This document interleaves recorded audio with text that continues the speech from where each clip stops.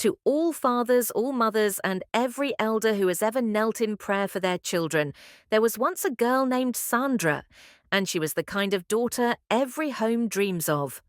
At just 19 years old, Sandra was known far beyond the compound walls of her family.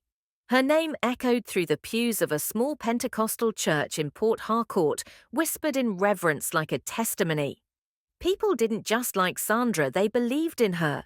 They believed she was not an ordinary child. And to be fair, she wasn't. Sandra was the first daughter of Pastor Paul Adams, a man known for his fire on the pulpit and his unwavering devotion to God. Her mother, Mama Loveth, a gentle woman with hands that healed through soup and prayer, often said this child was born with grace in her bones, and nobody doubted it. Every Sunday, when Sandra stood at the front of the church to lead worship, something shifted. The air would grow still, the noise of restless children would fade, and even the elders who normally sat stiff and quiet would begin to weep. She would close her eyes, lift her hands high like a tree, reaching for the heavens, and sing not just with melody, but with power. Her voice was not loud or dramatic. It was soft, pure, sweet like water, straight from the stream of heaven. Even the walls seemed to listen. Old Mama Chinyere, who hadn't cried at any funeral in 20 years, once murmured under her breath, "This girl is not from this world." Her words weren't a joke, they were truth-coated in wonder.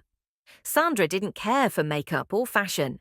She wore long skirts that swept the earth like the robes of a queen, and her tops were always high-necked, modest, clean.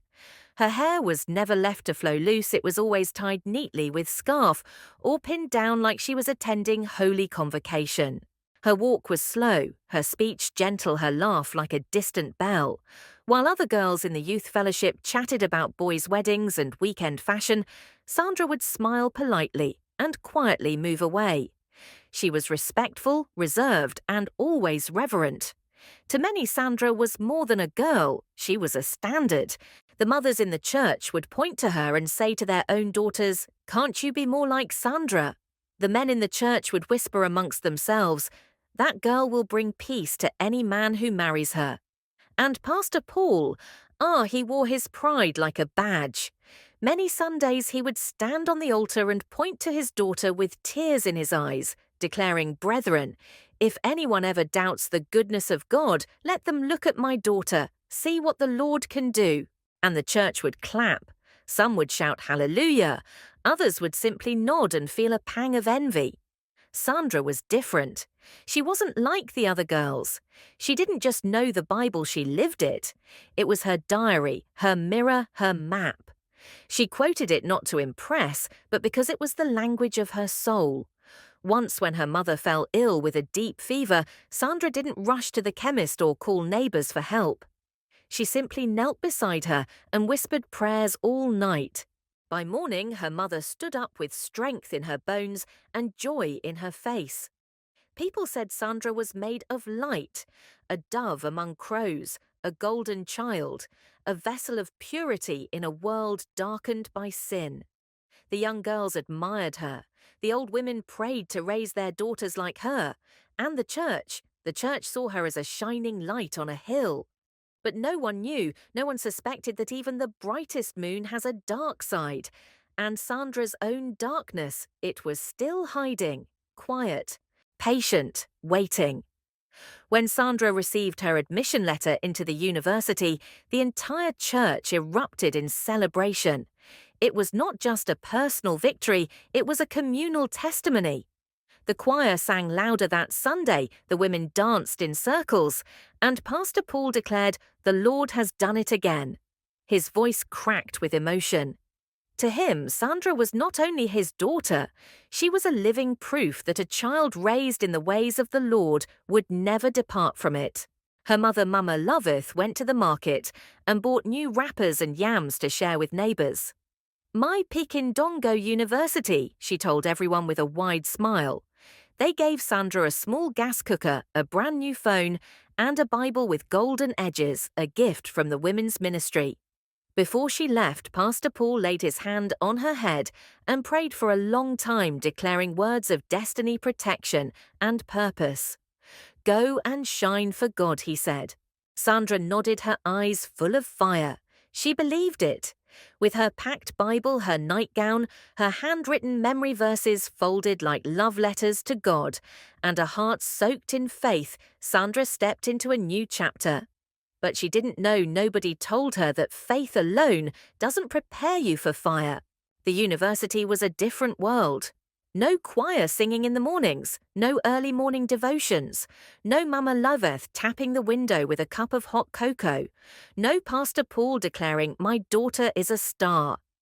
This was not the house of God. This was hostel life. Her room had 4 girls. She was one of them. The other 3, Doris, Amanda, and Lola, were the kind of girls that walked like wind, fast, loud, and full of colour.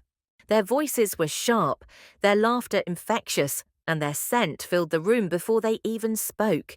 They wore mini-skirts, fake lashes that fluttered like butterfly wings, and heels that made the corridor sound like a drumming parade. They returned to the room late at night with takeaway packs of fried rice and chicken nylon bags filled with suya and drinks that clinked like party bells. They played loud music and told stories about men who sent them money just for calling them darling. Sandra, by contrast, kept her corner neat. She laid her wrapper smoothly, placed her Bible under her pillow, and pasted scriptures beside her bunk. One read, "Be not conformed to this world." Another, "Flee from every appearance of evil." Every night she knelt and prayed in whispers, not for show, but from the depths of her spirit. Doris would roll her eyes and say, "Holy Mary Don, start again." Amanda would giggle and whisper, "Just give her time. She'll join us." But Sandra, she just smiled and said softly, "This life won't last forever. God is watching." Lola clapped mockingly. "Our church girl has spoken. Clap for her." They laughed. Sandra stayed quiet. She still read her Bible each morning. She still called her parents every Sunday after service. "Daddy, today's sermon was powerful," she would say, and Pastor Paul would respond, "God bless you, my child." Her voice stayed calm. Her heart stayed steady. But even as she kept her faith strong, the distance between her and her roommates widened. They didn't understand her, and she didn't want to understand them. When they talked about sugar daddies and credit alerts, Sandra would quietly plug in her earphones and listen to gospel music. While they painted their nails, she scribbled memory verses. One evening, Amanda asked her, "Don't you want to enjoy life small?" Sandra looked up slowly and replied, "I am enjoying life. God is enough for me." They rolled their eyes. "You go tired," Doris muttered, not unkindly, just honestly. But Sandra was focused. Her faith was her anchor. What she didn't know was that not all temptations come with red horns and loud drums. Some come quietly, like hunger, like delay, like silence. And in the silence, something dangerous began to grow. Because in that silence, need started speaking louder than convictions. For the first few weeks, Sandra survived on what her parents had given her. She cooked small, prayed big, and believed deeply. Each time her account balance dropped, she whispered, "Jehovah Jireh will provide." Her roommates laughed, but she didn't flinch, until the alerts stopped coming. That week she sat on her bunk phone in hand, refreshing her banking app over and over, N0.50. That was all. Not 50 naira, just half a naira. Not even enough to buy sachet water. Her throat dried. She called her father. No response. She called again. Still nothing. Later that evening, her mother sent a text.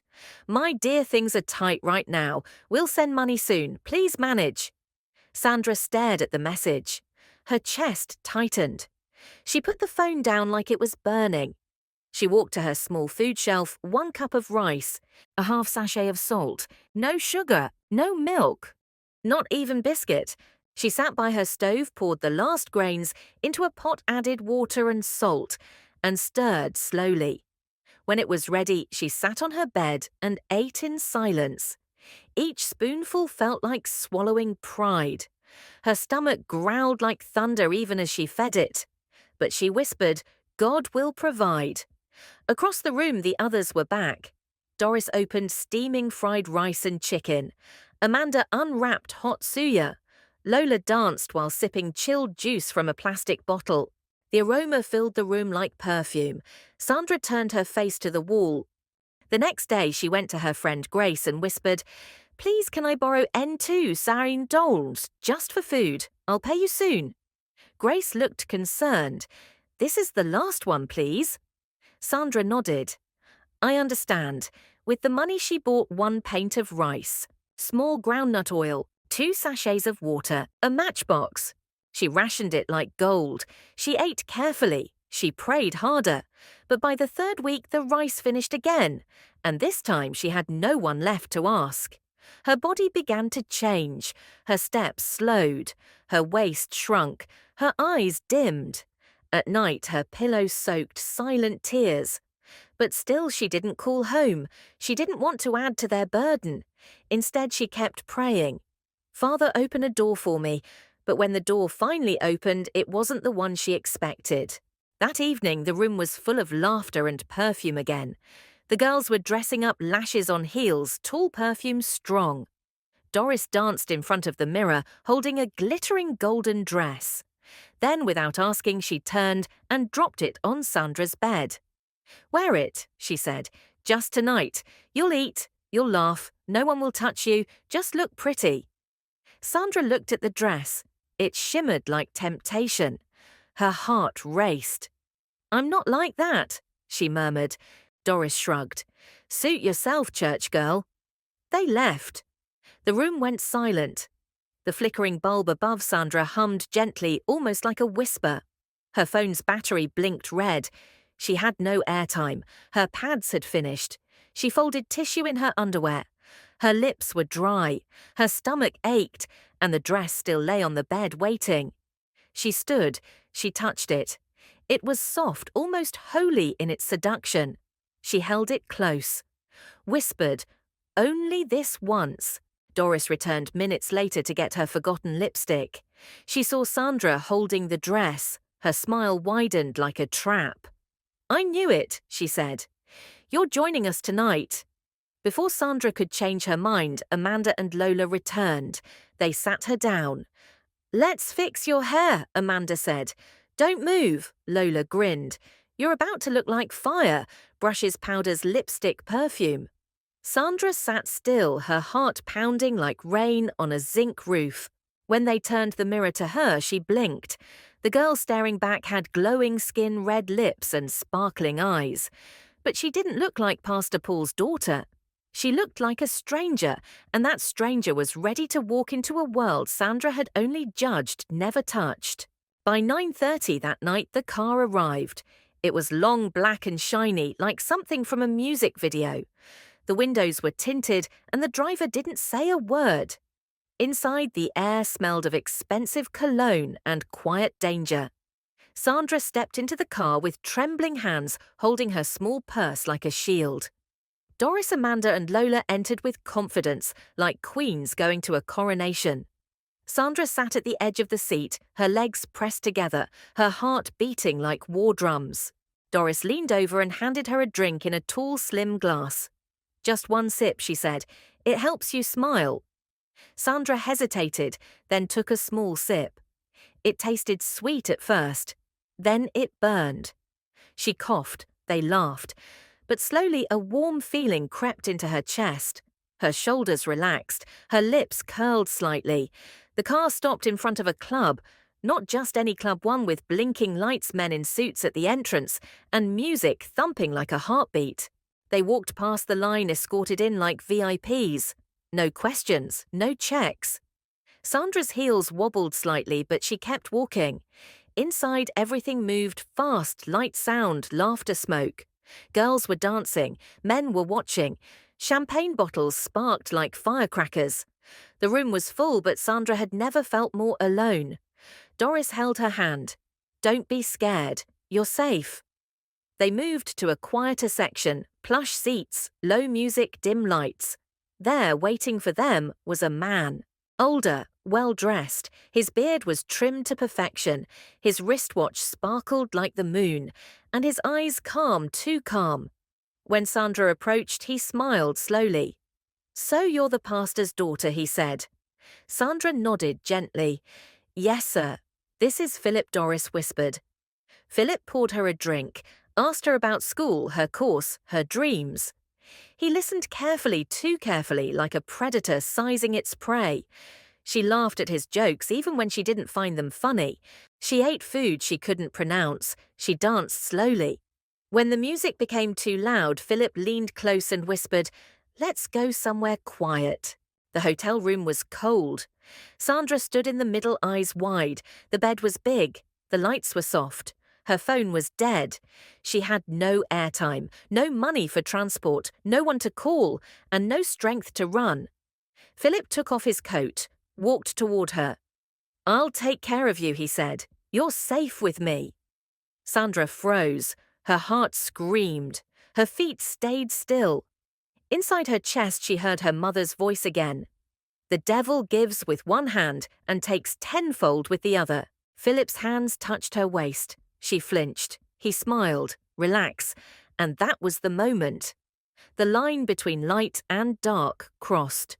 The next morning, Sandra didn't cry. She didn't speak. She washed her face, put on her church dress, and walked to class like nothing happened. Her roommates saw her and smiled knowingly. "She's one of us now," Doris said with a wink. Sandra didn't respond, but in her heart something had changed. Not broken, not yet, but shifted. A new world had cracked open, and though she didn't want to admit it, a small part of her didn't want to leave it. That Friday she dressed again. This time she didn't wait to be asked. She applied cream to her legs, chose a shorter dress, dabbed perfume behind her ears. She still read her Bible that morning, still said a quick prayer, still sent her father a message. "Daddy, today's lecture went well. God is faithful." He replied, "Bless you, my daughter. Keep shining for Christ." And Sandra smiled. Not a true smile, a practiced one, because now she was no longer just one girl. She was two. Morning worship, long skirt, Bible in hand. Sandra stood in front of the fellowship hall, eyes closed, hands raised, singing like she always had. The students listening to her were moved to tears. Some knelt, some lifted their hands. But none knew that the same hands that now trembled in worship had trembled for another reason the night before. She still quoted scriptures with ease, still spoke in tongues during prayer meetings, still called her father every Sunday. "Daddy, today's word was powerful." And Pastor Paul would reply, "I thank God for your life. You are truly set apart." But Sandra knew better. She had learned something new about herself. She could play both roles perfectly. By night, she became someone else. Gone were the long skirts. Now it was lace gowns that hugged her like secrets. Her walk slowed, hips swayed like rhythm. Her perfume sweet and strong. It arrived before she did. She no longer waited for Doris to invite her. In fact, Sandra now picked the venues. "I heard tonight's one is in Lecky," she'd say while tying her heels. Her roommates looked at her with respect. Amanda once whispered, "This girl Don pass us." Sandra didn't need help anymore. She had mastered the art. She now had two phones, one for school, one for business. She no longer begged her parents for money. Instead, she sent money home, for groceries, she would say. Her mother cried tears of joy. "You're already helping this family." Her father beamed. "May you continue to be a vessel of honor." But it wasn't honor that paid for her new bag, it was a married man's pocket. And it wasn't oil of gladness on her skin, it was imported foundation and glittering highlighter. Her church friends never suspected anything, because who would question a girl who still weeps during worship? Who would suspect the worship leader who teaches children memory verses? No one. Not even Grace, her closest friend. Not her pastor. Not even her parents. Sandra had become two in one, and both roles suited her perfectly. She could kneel in prayer by morning and kneel in seduction by night. She could hold the microphone with fire, and later hold a stranger's hand without shame. And when she looked in the mirror, she didn't see contradiction. She saw control. A girl who had found her way around the system. A girl who had discovered that if you knew the right words, no one would check your heart. And the money, it came like rain. Phones from Abuja, bags from Dubai, wigs 5 colors from London, dollars under her mattress wrapped in old wrappers. Her bank account smiled, but her soul, it was growing quieter. Not broken, just silent. She told her parents she was going for mountain fasting, sometimes deep prayer with sisters. They always believed. Her father even laid hands on her before each trip. "You will take over my ministry one day," he said. "I see the mantle upon you." Sandra nodded, her throat tight, her smile practiced. They didn't ask about the new clothes. They didn't question the perfumes that cost more than her mother's salary. Maybe they didn't see, or maybe they didn't want to. At night, when she came home from another man's bed, she would undress slowly, wash off the makeup, untie the wig, fold the short dress. Then she'd stare at herself in the mirror. The same mirror that once reflected purity now held a stranger. And quietly she would whisper, "God, are you still watching me?"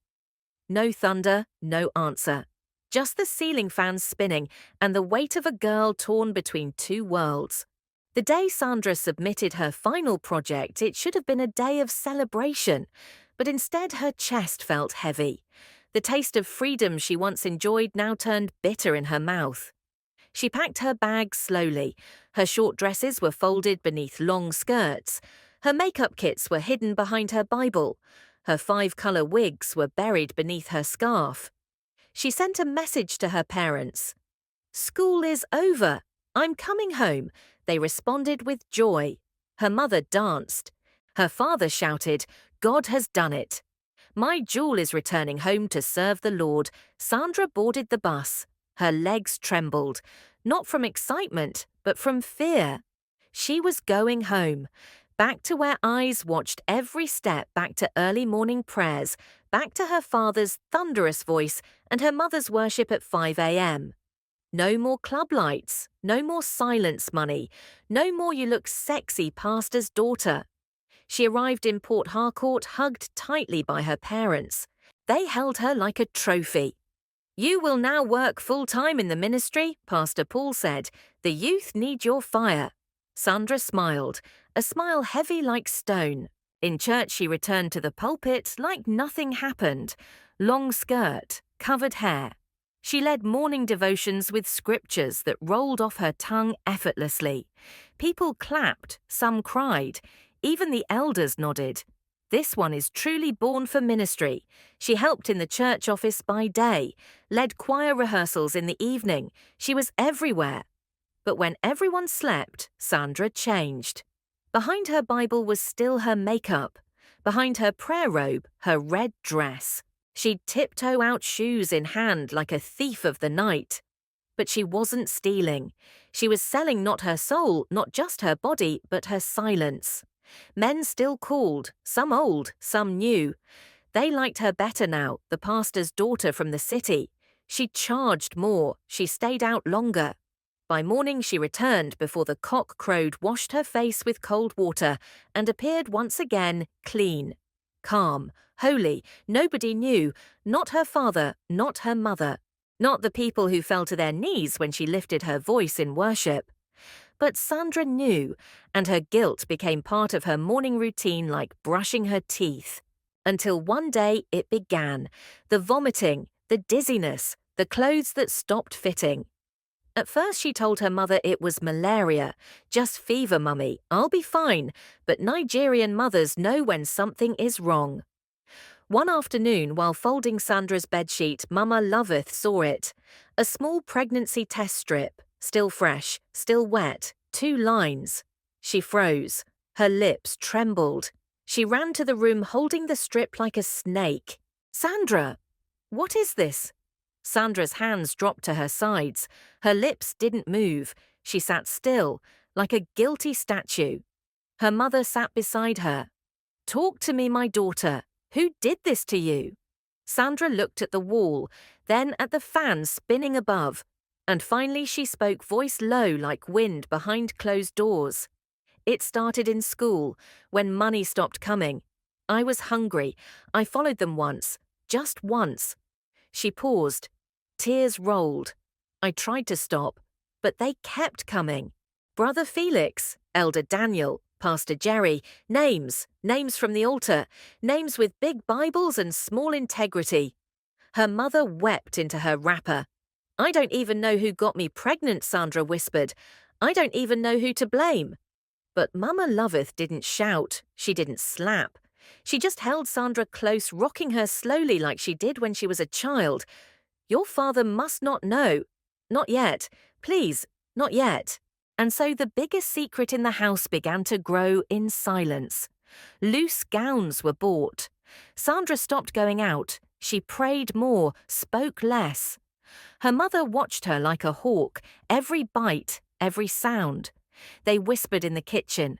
They planned behind curtains. But secrets are like smoke, they never stay hidden forever. One Sunday morning, the sun rose bright. The church was full. Sandra wore a long flowing gown. Her scarf was tied tightly. She stepped forward to lead worship. She sang the first line. Her voice still sounded like honey. But halfway through the verse, her knees buckled. She stumbled, then collapsed. Gasps echoed through the church like thunder. People rushed forward. Her blouse lifted slightly, and there it was her belly. Not flat, not small, not hidden anymore. The sanctuary turned to silence, eyes wide, mouths open. Pastor Paul stood frozen. What's happening? His wife held his arm. Let's go home, I'll explain. But it was too late. The fire had caught dry grass, and the wind had already begun to spread it. That Sunday evening, the church was quieter than a graveyard. No drums, no clapping, no hallelujahs, just heavy eyes, heavy hearts, and heavy questions. In the center of the sanctuary, chairs were arranged in a solemn circle. The elders, the deacons, the choir leaders, ushers, youth pastors, members, all sat, all whispered, all waited. Pastor Paul stood in front of them not as a preacher, but as a father hanging by a thread. His Bible pressed tightly to his chest, like a shield he no longer trusted. His wife, Mama Loveth, sat beside him, scarf pulled low hands, wringing her wrapper like it could hold her shame in place. Sandra sat alone, her belly gently rising beneath her gown. Her head bowed, her fingers locked together like chains. The air was so still, even the fan refused to spin. Pastor Paul cleared his throat. It sounded like a dying flame. Sandra, he said, voice cracked, is it true she didn't raise her head? She just nodded slowly. Yes, Daddy. A soft murmur passed through the room. Some hands covered mouths. Some eyes looked away. Pastor Paul swallowed hard. Who is responsible? Silence. Long, deep, painful silence. Then slowly, Sandra lifted her eyes. Her voice was calm, too calm. I don't know. Another murmur, this time louder. One elder leaned forward. What do you mean you don't know? Sandra took a deep breath. Her next words fell like stones into a well. It could be anyone. I've been with many. The room froze. Gasps erupted. Someone stood up. A chair screeched backward. One woman fainted. Another began to wail. God, no, not Sandra. But Sandra's lips didn't stop. She looked around the room. One by one, she began to name names. Brother Felix. Everyone turned. He sat in the third row right beside his wife and daughters. His hands trembled. His wife screamed, You laid hands on her, you elder Daniel. He didn't speak. He just stood up, slowly bowed his head and walked out his white agbada, brushing the ground like disgrace. Pastor Jerry, the assistant pastor, young, vibrant. He said nothing. He picked up his Bible, tucked it under his arm, and followed Elder Daniel into the shameful air outside. More names followed. More men fell. Not from the spirit, but from the weight of their secrets. These were men who once laid hands on others, men who prayed in tongues, men who preached holiness, men who shouted fire and whispered filth behind closed doors. Now they sat exposed, like snakes caught in daylight. Women cried. Some ran out, Others remained seated, frozen in disbelief. Pastor Paul stood still. His knees wobbled, his arms dropped, the Bible slipped from his hands. He sat down slowly, not as a father, not as a pastor, but as a man, broken beyond words. Because the daughter he once called light of the family had now become the thunder that shattered his name. Sandra didn't scream, she didn't plead, she just sat there, empty, quiet, tired. The same people who once clapped for her now couldn't look her in the eye. The same mothers who once said, "May my daughter be like Sandra," now whispered, "Don't be like her." Her photo was removed from the church wall. A new lead singer replaced her in the choir. Pastor Paul stopped preaching. For weeks he sat in the front row like a stranger in his own sanctuary. His eyes never left the floor. Mama Loveth stopped attending women's fellowship. She no longer walked tall in the market. She walked fast, head down, with silence as her companion. People whispered. They always do. And Sandra? She stayed home, curtains closed, Bible untouched, belly growing like a slow reminder of every night she tried to forget. At night she sat alone, knees pulled to her chest, whispering the same sentence over and over. If only they knew what I did after church. But now they knew, and the knowing had changed everything. Weeks passed, the noise faded, but the silence that replaced it was even louder. Sandra no longer went to church. She stayed inside, curtains always drawn, no more long skirts, no more scarf, no more microphone in her hand.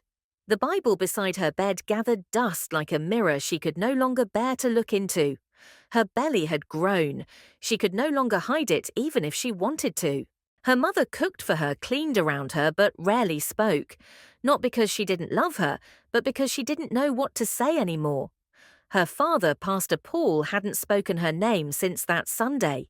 He didn't shout, he didn't cry, he just became a shadow. Every morning he still woke up at 5 a.m. to pray, but now his voice was dry, empty. Sometimes the only thing he could say was, "Lord, have mercy." In the community, Sandra became a whisper. People no longer greeted her mother in the market. Children no longer came to the house for Bible study. Once Sandra stepped outside to buy soap, and a woman moved her child away, saying softly, "That's the one who shamed the altar." Sandra heard it. She heard everything, but said nothing. She had no more strength for anger, no more tears for shame, only silence. And in that silence, a new voice began to rise, the one inside. The voice that said, "You were the example, now you are the warning. You were a light, now you're a lesson." Sometimes in the middle of the night she would wake up in a sweat. She'd stare at the ceiling fan spinning like a clock that refused to stop. She would sit up, hold her belly, and whisper into the dark God, "Are you still there?" There was never an answer, just the sound of the wind outside and the kicking of a life inside her. But one night something happened. She sat alone, knees drawn to her chest, eyes to the floor. The room smelled of dust and memories. Then she saw it, the Bible, still where she left it. With trembling hands she picked it up. It felt heavier than before. She opened to the first page, and there in her own handwriting were the words she had once written, "Create in me a clean heart, O God, and renew a right spirit within me." Psalm 51:10. Her hands shook, tears welled up, and for the first time in a long time, she cried, not because of shame, not because of guilt, but because she missed him. She missed God. She missed the fire in her bones when she sang. She missed the peace she used to feel when she knelt. She missed being clean. She dropped to her knees. No fancy words, no rehearsed prayers, just a broken whisper. "God, I know I left you. But if you're still listening, please, don't leave me." Her tears wet the Bible. Her shoulders shook, but her heart, for the first time in a long time, felt alive again. The next morning she opened the window. Sunlight flooded the room. She stood before the mirror not to wear makeup, but to face herself. And what she saw wasn't perfection. It wasn't the church girl she used to be. It wasn't the night girl she had become. It was just a girl, wounded, pregnant, but trying to come home again. She knew the road to redemption would be long. Some people would never forgive her. Some reputations would never heal. But maybe, just maybe, God could still write a new story with broken pieces. Because even fallen stars can still shine again. If they find their way back to the light, to every parent, to every child, to every person watching this, don't be quick to judge those who fall. Some fell because they were hungry, some because they were tired, some because no one saw the cracks beneath their praise. And if you're the one who's fallen, there is still a way back. The altar might have burned, but God's mercy never runs out.